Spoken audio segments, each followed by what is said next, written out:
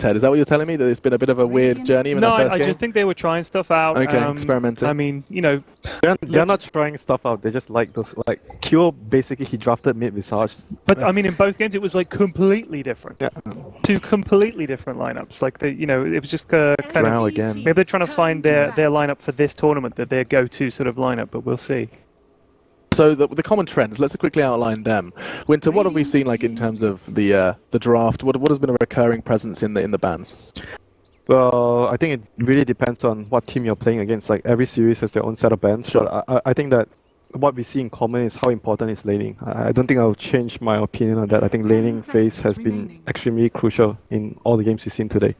I was having a quick look. It does seem like Batrider has been banned or picked in almost every single game. In fact, every single game, 100% ban or pick rate so far here at the Boston Major. Oh, and that's our first Warlock I think we've seen. On mainstream, at least? On mainstream, excuse me. It's definitely an absolute staple of NP. They've been doing this for weeks here, so no big surprise. Yeah. Gives you So great laning advantage. It's definitely good skirmish advantage as well. Fatal Bonds is fantastic against an enemy team that's constantly fighting because they can't just disengage, heal up, come back into the fight. So you just can't beat Warlock in a team fight. It's very difficult in the early game. He's like way too strong. We've seen teams draft around it. Recently, I think I saw like a Panda, like Brewmaster pick being used against the Rock, the Dispel, the Storm aspect. You have the Dispel, and you can dispel the Fatal Bonds as well. Like the Fatal Bonds is just so much damage in the early fights. And not only that, when you lose a fight against Warlock, you lose objectives. He takes your towers very easily. That's why the hero is actually very, very strong in the meta. Yeah, and of course we can just quickly highlight as to why. While we are waiting for MVP Phoenix, I'd love Winter if you could just explain, you know, the strengths both with his, you know, his Fatal Bonds, his heal, his ultimate. He's got almost everything you need. Yeah, he's very good in the lane, like Kevin mentioned. Like laning phase-wise, like how much I'd like to reiterate how important it is in the laning phase right now in current meta, and Warlock definitely has everything: the lanes, the heal, the team fight. It's intense. It is. And has anyone been kind of... When I asked before, I said, the Warlock, why haven't we seen it before? You said it depends on the team. Yeah. This one makes sense to NP. And can anyone explain as to why? It's just knowing the players, knowing their playstyle? I think most of the teams would pick Warlock. Yeah, if they could. Like, a lot of the teams... It's certainly a signature of NP though. They've been doing a lot of reliance on like Fatal Bonds, like Murana. Yeah, exactly. Double Starstorm. Get AoE skills to match with Fatal Bonds to get kills. Earth Spirit, I think. Warlock plus Earth Spirit is probably the most scary one. That sounds pretty good, yeah. I think the one thing that NP has to focus on, and I think they are adjusting MVP's playstyle, they have to stop the ability for MVP to do fights that are like 45 seconds, 1 minute long. They have to like get in there, take the fight, and win it. If they lose fights and they don't have Warlock ulti anymore, they're going to run into some big trouble. So in some ways, grabbing heals is a good way to offset that. It's kind of like grabbing skills that allow you to do what MVP normally playstyle is good at. You just keep your heroes alive, constantly trade until you get a kill or an advantage. MVP has the Ogre plus Lifesteal, and MP responded with the same thing. In the previous series, when they saw the Lifesteal, they went for the Omni. Is it just a kind of snap reaction, knee-jerk reaction? That's kind of good. It's the same thing they did in the last series, so I think it's something that they think it's a counter, like anti-strat. Hey! Stop taking the mickey out of my dumb lingo. A counter, it's a counter. It's not dumb, it's just new here, that's all. We're just a little uncertain. Anti-strat. It's definitely good. I mean, Omni ults and Lifestealer does no more damage. Like, that part alone is amazing. You can heal and repel whoever gets gone on in the first place, possibly keep them alive. But that's a lot of what MP looks like right now. If they can't keep whoever gets initiated on alive with their heals, they're going to lose the fight, almost for sure. Yeah, but the thing with having Omni Knight plus Warlock is like you don't have an off laner that has a initiate. Like when you draft Warlock, you want to have multiple ways of initiating, so your Golem can be used at the right time. You don't want to just see the enemy and use the Golem right away. Yeah. It's too easy for them to just like walk away, you do want to time it right, and I guess you can play around it. Like if you know the enemy team's just looking for you to group up so they can just drop a Golem on you, if you can play around that, then it kind of skewers their chances. I mean, Rubik is really, really good against Warlock. There's a lot of it's quite easy to steal the Golem, and if you don't get the Golem, you're most likely getting Fatal Bonds, which is also great for your team. Omni out as well, you can steal. Yeah, in fact, most of Omni's spells are really good to steal. So. Another hard disable. It's not bad at all. Yeah, basically what MVP has right now is non-cooldown reliant lineup. Rubik, Lifestealer, Ogre doesn't really have any long cooldowns, and MP from their opening draft, they've already, tell their enemies, we're gonna play with our big cooldowns, we're gonna want to group up, fight you, and that's just what it's gonna be our plan. And MVP, they're they're just like a team. Like everyone said, they run at you. They rarely draft around spells that rely on very long cooldowns. They are always running at you, trying to take fights all the time. So they don't like to play like this. And what's cool about this, in my opinion, is that if NP only picks strong team fight things, then MVP can kind of just try to move around the map, gank, farm, and go passive, and they can do that with Ogre, because it's going to help give all of their cores way more farm speed. I mean, that really depends on how NP builds up their rest of the heroes for their team fight lineup. Because when you have like a very heavy team fight composition lineup, you want to have other heroes that can actually push the lane, split push, and when the lanes are all pushed out, then you can group up as 5 and you run at the enemy's towers. So Mirana would be really, really good for that. Yeah. Not only for the Fatal Bonds, but because of the lanes. Well, they've got a Timbersaw, so... Hey. No, non-cooldown reliant, and it's very, very good in the laning phase. So there's very little cooldown reliance then on MVP. Timber plus Ogre. Like, if you look at their lanes, Timber plus Ogre, it's going to cause a lot of problems for the MP's lane. Also, if you think so far, they've only got Arrow, like as a stun, or you know, That they don't have Golem, that's it. It's hard for them to lock down the Timbersaw. Drow Ranger, Another one. they're all inning on this, I think. Drow Ranger, Mirana. Yep. It's not a weird MP draft at all. These are all super standard heroes Still, that they pick. Their lanes, I don't know. I'm very worried about their lanes. Do they not have to then look at all at what MVP Phoenix is doing and thinking, how do we stop Timbersaw? How do we stop I'm sure like MVP is like, they don't even worry about what MP has right now. They're just gonna focus on what they have. They're gonna win the lanes, like what we saw happen in the series where MP lost to VP. They had a very solid like 5-man lineup, but they lost their lanes way too hard. I don't think their laning's that bad though. I mean, they could do Omni versus Timber 1v1. That's fantastic for Omni.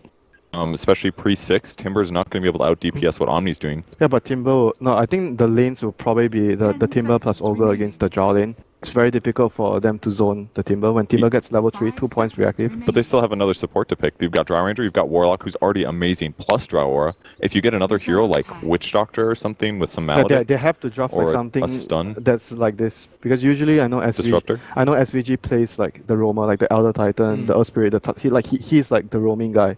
They usually don't play like this, but yeah, they have to like adjust accordingly towards the enemy. And they could possibly have a pretty good lane for that, like a range. They need a tri-range hero to zone the Ogre plus the Timber. Disruptor or something. Yeah, but still, I think the Ogre should be able to do enough to ensure that the Timber, as long as the Timber gets 2 things, Poor Man's Shield plus 2 points in reactive, it's going to be very hard for them to zone. I don't know if I agree. 1 skill point in Warlock with Shadow Word, that's 180 damage. 1 skill point in Thunderstrike, that's like 300 magic damage. He's not going to be alone. Ogre's going to be there to tank the other spells. Like, basically, I guess that's what true. the Ogre has to do is to make sure that the supports use their mana on him. Right. So the Timber farms the lane and he gets the Poor Man's Shield and level 3, 2 points in reactive.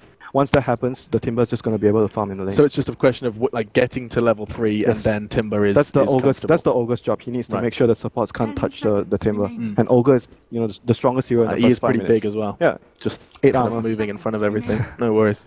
It looks like we have got a confirmation it is going to be a Venomancer. Yep. So this is kind of a cool way to do it. So if they are going to have trouble with contesting that offlane, Wait, are they jungling the Venom? then that's the thing. They could put it in the jungle. If they're aggro dual laning, put it in the jungle instead. Get really fast levels, and then he can rotate and do tons of magic damage. Or they can put Veno as a support in the lane to just have so much magic that he can help zone Timber, even if he has reactive armor and Poor Man's Shield. So they're gonna actually have who was playing? I think MSS was playing the Venom. It's gonna be like an offlane Venom support. Wow. Yeah, it is. Oh my god. Okay. It's confirmed. I'm very worried about the lanes. I think MVP has very, very good lanes to deal with that. Okay, so well, I mean that does answer my question. I was going to say everyone comfortable with their predictions. MVP. There you go. You heard it from Winter. He's got faith in MVP, especially given the draft. We'll head over to our casters though. It's Fogged and Toby who are going to be casting through this one. Let's see what they're thinking after watching that. Fogged, I don't know. I really don't know if we should trust Winter on this one. Really? I'm liking MVPs. I'm liking MVPs. It definitely has a lot of merit to it, but at the same time, we were talking about this, the Warlock coming in, there is a lot of dot damage. This is going to tick down. MP may be dead by the time that all of MVP dies, but it still looks like a very rough run if MVP wants to 5v5. Yeah, but that's the one thing is, are they going to 5v5? It looks like MVP though. This is what they like to do. They like to do these scrappy fights, just constantly running at you, and this is what they drafted for. I'm happy to see that both teams kind of just went for their own styles, rather than like, they're just like, oh, we're going to counterpick all over the place. No, they're just doing like what they want, but this is kind of an approach that EG did, especially versus like the Timbersaw and stuff. They did it like a lot of magic damage. That's what Veno gives you. That's what Warlock gives you. So we'll see how it ends up working for them, and we'll see if both these teams can actually bounce back from their defeats that they had earlier. Yeah, and that was pretty crushing. We were looking at the statistics on MP as well as MVP, and MP only just got on the statistic board crushed slightly more because their KDA was a little bit lower. But it's a new day. It's a new fight for these guys, and looking for some kind of momentum as MVP 5-man smoke invade into the MP jungle. So we're looking at the Venomancer to start inside the jungle. MVP want to have something to say about it. Well, it's MSS playing the Veno, right? So it's he's gonna be laning a bit. So they're gonna try to dodge. Right? They didn't switch it because it's Savage on the Omni Knight. Yep. And look, they're putting heavy emphasis on making sure that this Timbersaw gets a good lane. Like they gave Dubu, he didn't buy anything. He bought a TP, but he started with Windlace, Arbor Venom, and they pulled him a Tango. So he's gonna be running around just, he's gonna be Ogre, but he wants to guarantee this Timbersaw's lane in the first scenario. But yeah, NP, like we kind of thought, they're probably going to go for some dodging lanes. They're probably going to put the Veno safe lane as we see this, and Drow Ranger's going to do some like dual lane with the Warlock or the Omni Knight just kind of running around. See which one they decide to do. Well, for now, the Veno's already planning his banana plantation on bottom lane, so he looks pretty comfortable down there.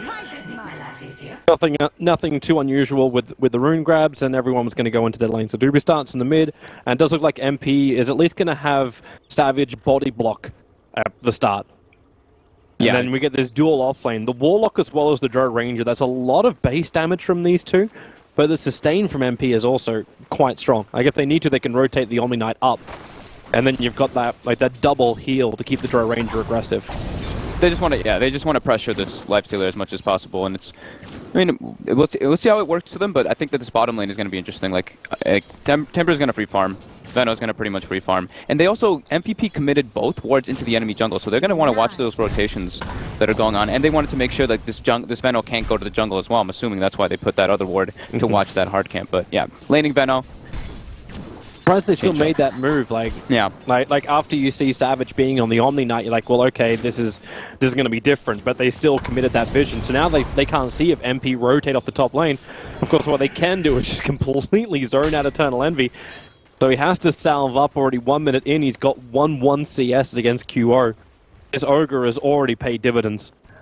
Yeah, the one thing I thought NP would do, since they're doing this like dual/tri aggro lane, is at least block the pull or emphasize a lot on blocking that pull, so that they can obviously just get the lane back into their favor and just farm under the tower. But they didn't choose to do that. We'll probably see them just try to maybe pull the side camp as much as possible to make sure they keep their levels up in that tri lane, because you don't want to just keep a tri lane there and just splitting experience in that manner. You definitely want to be sure to maximize as much as possible. Another lane we've got to keep our eyes on is MSS versus Forev. He's already managed to get Forev down insanely low, so while Eternal Envy keeps burning consumables in the mid, MSS is getting Forev down to his last tango, and that's a level 2 Gale with the Poison Sting, so heavy amounts of damage to Forev, and there's not much he can do about it, apart from actually want MSS to attack him so he gets reactive armor charges. Yeah, once he gets his Poor Man's Shield, once he gets the, obviously the level 2 reactive armor, which he does have now, it'll start changing up a bit. Maybe we'll see Dubu make a rotation too if he starts feeling too much pressure, but he should be okay as long as he keeps that, as long as he keeps the reactive armor stacks up, which he should be able to do here by just There's a pincer in mid, Eternal Envy, they come in from both sides, but Dubu's got no mana, so he can't throw an Ignite, he can't throw a stun, and Febby didn't get in range to grab him in, and now the arrow that hits perfectly. Dubu's in trouble, Eternal Envy a Starfall, and that'll be a first blood going the way of NP. It was ours. Got him. Yeah, Envy with the nice arrow, nice leap, good awareness there. And he needs that, he's getting pressured super hard in the lane, he needs to get some kills to bring himself back. It's kind of the downside about those 2 Observer Wards again, right? You don't have any Observer Ward in the mid lane, watching for the TP support to come in. All you do is you just watch inside the Radiant jungle, which is vacant at the moment. Yeah, oh, and wow. He actually got the solo kill? With the solo kill, with the level 2 Gale, level 2 Poison. Not emphasizing on getting wards at all, obviously, because you can just stack reactive armors with it, and you can farm incredibly easily just killing those plague wards. So Mojo doing a great job in this. Now they're going to go top lane. Lifesteal's in trouble. He's fatal bonded up, but it's Savage. Purification doesn't do any damage as Lifesteal just runs away under the cover of Rage. Still bonded to one of the creeps in the lane, but that's not enough to kill him. He's just waiting for it to wear off and then salve up. NP's doing a great job of emphasizing on the other 2 lanes, just because they know the mid lane is kind of tough, even though they can bring in a couple rotations. Envy will struggle a bit on the CS board. Another rotation. It's going to be a smoke move from Febby and Dubu. MSS stuck around a little bit too long, and now he's going to pay the price for it. So gets ignited, picked up, TP support, not coming in, so they're going to sacrifice MSS. He hits him with a level 3 Venomous Gale, even commits Fairy Fire. I don't know if he was hoping for that kill on Febby, and in fact, with the Venomous Gale, he's going to drop. He's pretty low, but I don't know if it's actually dead. Febby, TP comes a little late, but he ticks out all the way in the fountain. He thought he might have been home and hosed, but it's not the case. The Fairy Fire, dude. That extra right click gets him the kill. Doesn't get experience, of course, but gets a nice 258 gold bounty for MSS there. You take anything as a Venomancer, you're still like looking at this guy as a 3 position. So, but with this movement though, they're completely sacking Velo in the short lane. So his tower is going to be taken, and he's going to be pressured really heavily, which is not really what you want as a lifestealer. You definitely want to be able to get at least like 1 or 2 items up, but at least he'll have the lane pushed into him. And he'll be able to get some like free CS once it pushes that far. But we'll probably see NP just keep a hero up here, just keep shoving it in his face so he's not able to just free farm. I'm wondering who that hero is. Like, if the Drow Ranger, okay, bottom lane, Forever. I don't know if with the Timber Chain away, he got hit by both the Nova and the Gale, and that may just be enough magical damage to bring him down. The Nova and the Gale is ticking, the reactive armor charges are giving him the regeneration to survive, but is it enough? He's so low, 12, and he actually chains himself away, but he's still alive. Meanwhile, up on the top lane, the Warlock's going to drop. Fatal Bonds connects them up, so Velo not too healthy. Dubu moves into the tree lines. They're still connected by the Fatal Bonds, but no damage coming into the Ogre. The Fatal Bonds are still going to last a little bit longer, so it's setting up. Envy needs to kind of hit that arrow to make it work, but it's not going to happen, so Dubu will just have to sacrifice himself as, Omni Knight will take the kill on the Ogre Magi. Yeah, MVP smoked up and tried to put some pressure to try to give Lifestealer some space there. They obviously get 1 kill, but losing another because of that Envy rotation. So like you said though, Envy is doing like those very early rotations, only level 5, and making the moves right away because, QO is pressuring him so hard in that mid lane, just obviously with the constant dagger spam and with the Ogre's assistance in the earlier stage. But man, Forev is getting pressured pretty damn hard. He's getting decent farm, but MSS is definitely coming out ahead on this. And MSS is going to get an injection of money. And where do you actually go with that as the Venomancer? Do you try and amplify it? Do you look for the Veil? He can, yeah. Veil's definitely a good choice, especially with the heroes that they already have. Like with Muerta, once he gets that Aghanim Scepter, it boosts it up so much with the Fatal Bonds. Envy now getting jumped on. Yeah, trying to have a crack. Rose is in the neighborhood, so he'll start off with the Shadow Word, but then he gets initiated on. Both the Ignite plus the Blast. Envy with the Starfall. QO is dropping low. Remember, he's got the Shadow Word on him, and the Fatal Bonds together. Envy's so low too. They'll find the kill, but Dubu can't. He can see uphill, and he'll find that kit. That is a rich Ogre now, getting both of those kills. They look for a counter-attack on the bottom lane. Forev, real issues to run away from this one. It's not the Omni Knight which we saw from MP previously, where they got a lot of early levels, including the points up in Degen Aura. Got him but again. You still have that burst damage from Purification, plus the tick from the Gale. The max Veno Gale. I mean, it's working with the Veno, with the Drow Aura on top too. He's able to put just like a little bit damage, just enough to tick him over the edge. But that Starfall from the Muerta, if it actually hit QO, it would have probably killed him instantly, and Envy could have probably lived in that manner, but bit of unfortunate for him because both of them were standing next to him. AY getting pressured now. He's got a TP. You do have a stun, however, available on Dubu, plus Febby coming with telekinesis. He wants more help, but nothing's TPing. Oh, Febby just walks straight past him. He didn't react. Now he will get the telekinesis, drag him back. The Gust hits on all 3, and they can't stun him. AUI will survive. Nice play by AUI. A little bit of maybe a misstep by Febby, didn't really get the lift on him right away, but nice little juke into the trees for sure. But now it's to mid lane. Envy's preparing himself almost like the roaming 4 position. Looks for the arrow. Off target. Kira didn't see it coming, but the Starfall will connect. Envy still taking a lot of damage from the tower, but the damage into the creep wave is not enough to kill QO. QO gets the crit, but he's almost down. He drops so low and survives. The Fatal Bonds just didn't do enough work, and Envy needed like just one more hit. One more hit would have done it. If he hadn't crit there, Envy would have probably turned and killed him. That was very ballsy by QO for sure, but pays off for him, going with the RNG. That's the MVP style, man. It's YOLO with the RNG as factor. Now, mid lane, Savage comes over. Forev gets hit by the Purification. There is a point up in Degen Aura, and they hit the Gust, but the Timber Chain already connects. And drags Forev away. Yeah, Radiant used the scan bottom. They're expecting a rotation onto MSS. He's hiding now up in the tree line. But yeah, also looking at the wards now from both teams, they obviously wanted to emphasize getting Velo some free farm because you don't want your lifestealer to obviously just get pressured so hard. So they put that high ward up there to watch the movement. And they even checked to see if they have a jungle ward. If NP has a jungle ward, they're up on the high ground. They put a sentry down.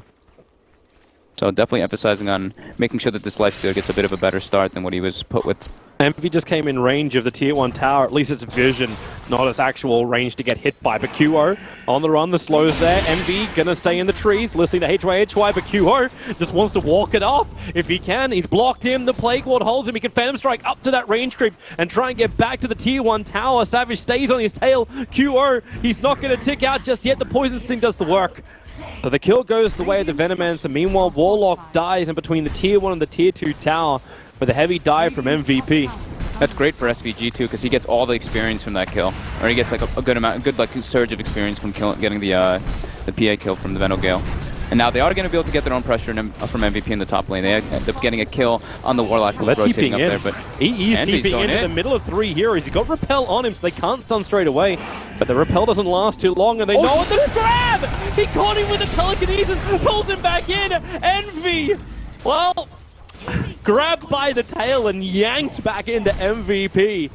That's one of those cast point things, you know? It's like the cast was already happening pretty much as the leap happens, but it looks kind of funny in that manner because it looks like he grabbed him so far away. So a little bit unfortunate for Envy. And he's actually struggling quite a bit on that net worth chart. He's pretty much a little bit below the Timbersaw.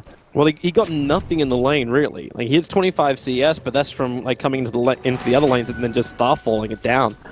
So at least you can play catch-up with Miranda. That's better than like an OD, for example, being well behind. Yeah, and they at least like, obviously he wants to get his Aghanim's at a good timing, but they have things that like boost his farm, you know, or boost his damage in the fight. So they'll have the Veil eventually on the Venomancer. They'll have Fatal Bonds on top. So at least there's going to be that for him. For Rev is still trying to get up in the face of the Veno.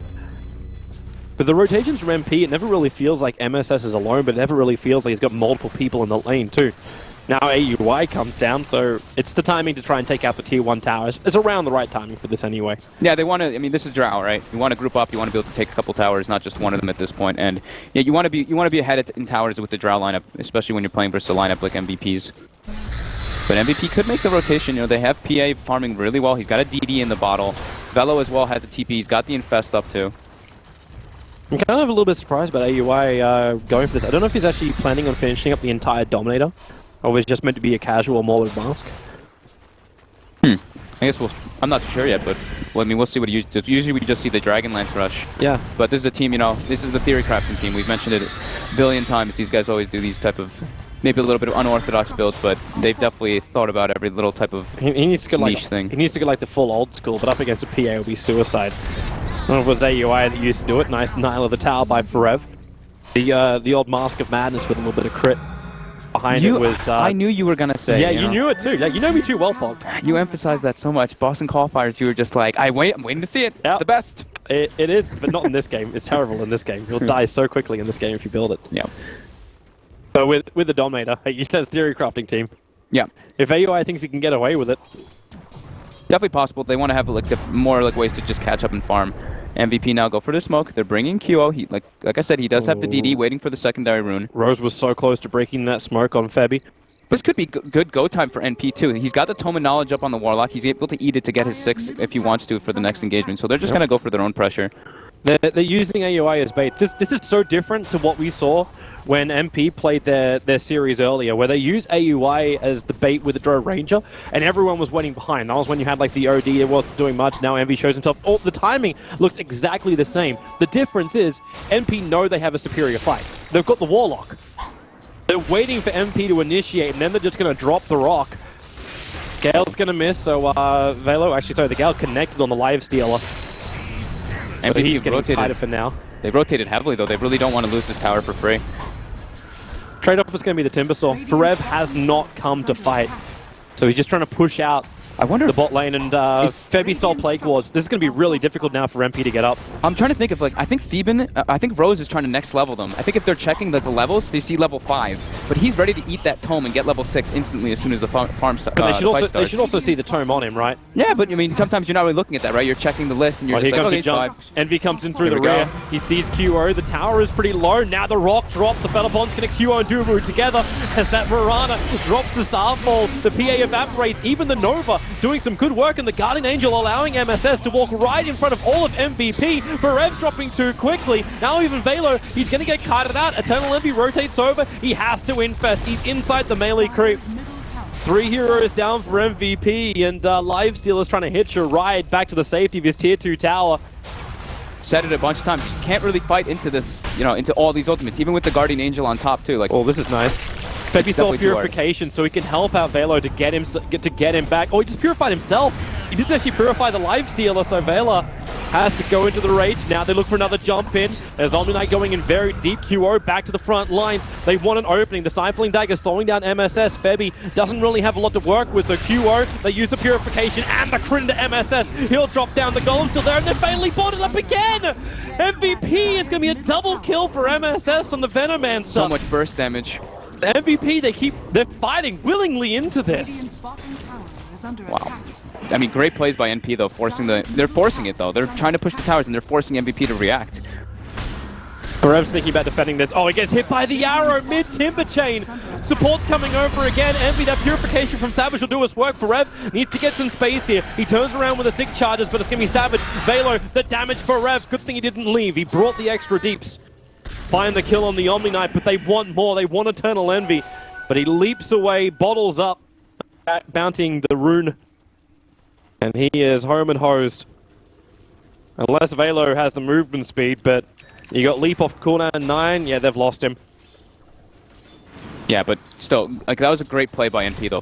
They just forced that engagement, and MVP felt like they needed to respond just to try to make sure that they don't lose this tower for free, but they end up just getting caught by everything pretty much. Getting completely fatal bound up, everybody gets hit by the Golem. And now, on top of this, the next fight's going to be even harder for them too, because Venomancer has a Veil finished up. He's going to be level 11 as well, so even more magical burst. And, you know, the little cool interaction that some people may forget is if you're poison over and you're fatal bonded, it becomes, you know, obviously lethal with the damage ticks. The fatal bonds obviously makes it lethal when Nova normally doesn't. MVP at least try to force the issue while the rock is down. It's another 20 seconds before Rose has that back again. Under attack. It's already coming up that soon, huh? Yep. Pretty crazy how long that entire engagement in the mid lane ended up going on. It really did drag on a very long time, because then there was also that side fight, right? Like, the Fatal Bonds then does its work. So you're still fighting, even though, like, you don't need to have the rock, but when you have the rock, the confidence of MP is just so high. Yeah, now he did go for the Dominator on the Drow Ranger, so he's going to be able to, like, stack up some camps and everything when he wants to, but it seems like he's actually more so emphasizing and just putting it to the lanes and farming with it right now, at least. Sending it toward the top lane, getting ready to just spam out, push the lanes in a bit harder. Nice Observer Ward, they'll see Velo. QO also gets hit by the Nova, dodges out from the Gale. Thanks to that Phantom Strike up to the Lifestealer. Yeah, the distance, so MSS's ulti is down. That's a long cooldown for that one too. 2 minutes, normally you want to be able to combo that with a Warlock. Yeah, it was only level 1 as well, so he didn't even get to like level it up to the 120 seconds rather than 140. So yeah, down for about 2 minutes. But his ulti's not the big one, you know. It's obviously the Warlock ult, the Guardian Angel are the ones that are much more emphasized. Well, MP can add some pressure to the bottom lane. Eternal Envy leading the charge. Thanks to their Observer Ward, they can probably feel pretty confident to fight around this bot lane. Not to mention the Venomancer just creates a nice perimeter with his own Plague Wards. Yeah, I was kind of expecting them to use the Infest Bomb at one point, like a little bit sooner, but just because of how shut down Velo was in the laning phase, they're not really able to do that. They don't really want to bring those situations to happen. They really hate that Dominator creep. AUI loses his Satyr on top lane. Now they look towards the middle lane. The Gust, it's on the Lifestealer, just trying to walk it off. A Stifling Dagger also slowing down AUI, but Velo rages, TP is out. Again, there's no cancel that's able to penetrate that immunity. And while that happens up on top lane, QO has already moved on. The arrow flies forward. Dupu manages to dodge it as it goes through the valley. Eternal Envy get a Moonlight Shadow, allowing MP to come stealthily up behind MVP. But they're not fast enough. Even with stealth, they don't have the speed to reach MVP. Yeah, definitely able to back out there. Good forcing the reactions though for MVP. But it's funny though. Like you expect to look at MVP's lineup, and they obviously don't have all these they don't have these long cooldowns for their ultimates. NP, they're just looking to fight every single 2 seconds, even without the Warlock in the positions for it.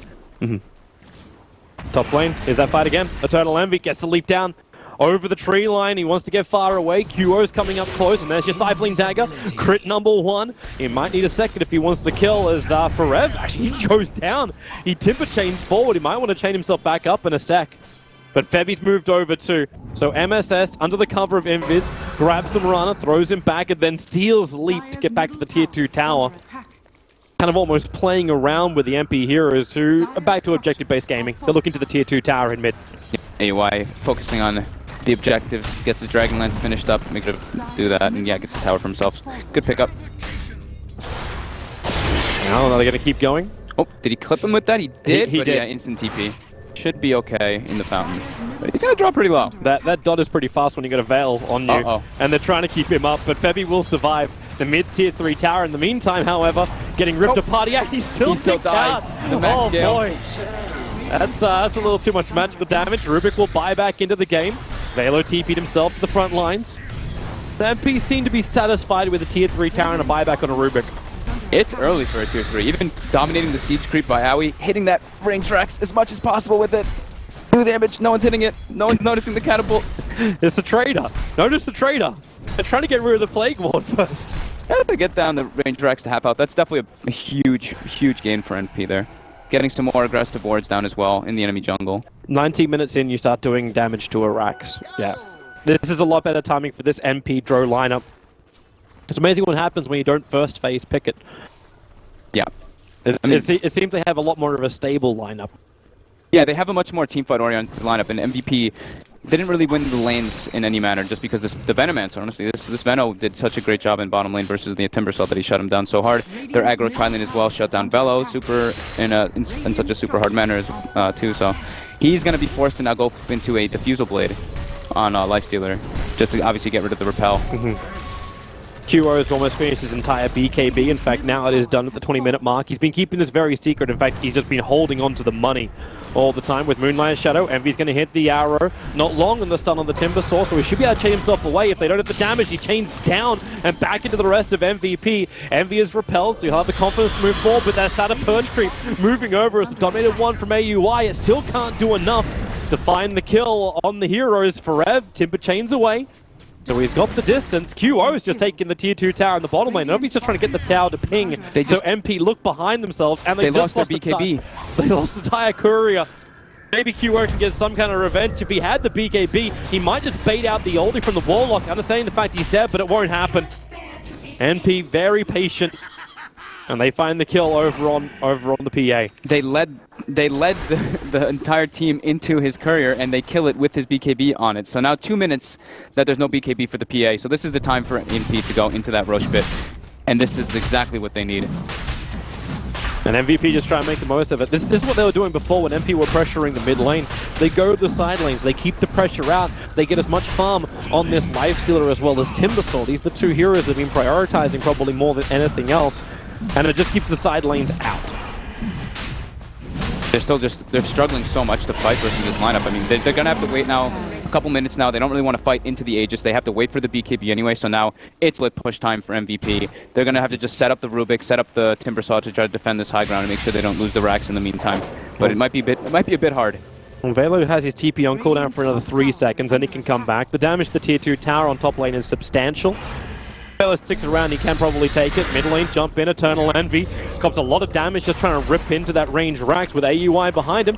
It's guaranteed. Smoke up from MVP back at the tier 4 towers. So maybe they can inch a little bit closer towards MP without them realizing it. Envy now gets purged off. That's at the Diffusal Blade on Velo going to work. The Rock will drop. Fatal Bonds connecting him up.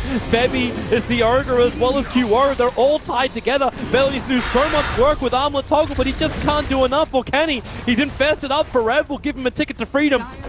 But how much freedom? They're still going to get the Rax. They're still going to get the objective that they wanted. The MVP though, that potentially could have been a lot worse. I think the Rax was going to go down anyway, but you keep your Lifestealer alive. You only lose the Ogre after the Rock drops, and you get heavily Fatal Bonded. Could be a completely different situation if they had the BKB on PA. I think it's still extremely hard to fight into NP's lineup right now, especially with the Aegis online. I think they could have tried to go for some split push there, but they didn't. They really didn't want to lose the Rax. They even placed down 2 Obs wards basically on top of themselves in panic. So you can tell MVP's feeling under the gun right now. The silver lining is they got the gold from the tier 2 tower on the top lane. Yep. And they get a little bit of that positioning, so that's an upside for them. It allows him to buy up a new item, so you actually get now the Bloodstone over on the Timbersaw, a fresh thing for him. Didn't complete the pipe, which I was wondering if he was going to attempt. Yeah, and you'd think that the Timbersaw would have such like such more free reign in this game because there's not really that much lockdown on the side of NP. Okay, yeah, there's the Gust and everything, and of course there's the Arrow on top of like the Golem and all that, but he's in the fights and he's like, oh my god, I'm actually taking down so fast because of all the damage from the Venomancer. QO smart TP. Courier respawns, grabs his BKB, gets his TP. So now they have like a little bit of surge of momentum, at least with this, if they're able to fight while these cooldowns are down from NP. But they don't have too much time. You still need the damage dealing item over on QO. Or some kind of lockdown, like... Yeah, having to go the first item BKB on PA is not optimal, to say the least. Yeah. We do always see like the Desolator rush just because of, you know, you need damage on that hero, but he needs a BKB versus this line of NP, or he's just dead every single time. You're also getting the Desolator over on the Lifestealer, so what does he go as his second item? Is it still worth getting like 2 Desos in one team? Definitely not getting both. Maybe the Lifestealer will go for a different type of build. Maybe just go for the Basher. Maybe he goes for the Deso. Here the jump QO. That's a Lifestealer infested inside of him. Just forward. Wants Eternal Envy. They need the Vision. The Gust pushing back the Timbersaw. He can't find, but the BKB allows QO to break free. Goes in deeper on the back of AUI. They really want that draw, but the Fatal Bond's going to start connecting them up together. In fact, that was it Febby that stole that for the moment? Now they're retreating out. Eternal Envy slowed down once again, but the Timber Chain through for Forev. The damage. Envy is saved by Repel. He's going to get away, and MVP have lost 3. They just fight from the tree lines. Febby's in there with Rose as Forever's also on the run back out. He'll Timber Chain away. Febby not successful with the TP. Mirana gets just enough damage, and now is Timbersaw, the last one for MVP, and it is in fact a full team wipe in favor of MP. And that may have been MVP's like best chance to fight too. They just got their BKB up. Rock was on cooldown, but they just weren't able to. There's too much on the side of NP right now. They have a mech on the Omni Knight. They're able to just kite the fight back with the Mirana ulti. And I don't know if, did anyone actually on the side of MVP have like a Dust or anything? Because it seemed like they weren't able to really chase out too well. They weren't able to find a focused target. And there's still the Aegis up on the side of NP. So that was probably MVP's best chance, but it's still way too difficult to fight. He's dead. Yep, pretty down. much. Down for 30 seconds. Now you're going to lose the Timbersaw out of position, and this may just be the game. No Timber, no Ogre, and NP. They don't even have to retreat. They still have Rock up. They still have GA available. Can just go for a GG push if they want him. A QO. He's going ham. He wants to go for it. Now the Rock will drop. Will it be enough damage? They're focusing on Savage to try and stop that GA. It won't happen. And there it is. GG, well played. It was the last roll of the dice. And, well, the odds weren't really that great. So MP take game 1 against MVP. Yeah, great laning, honestly. The lanes were really important for them. I think, obviously, like, NV struggled a bit in the laning phase, but they emphasized on focusing on the other two, so have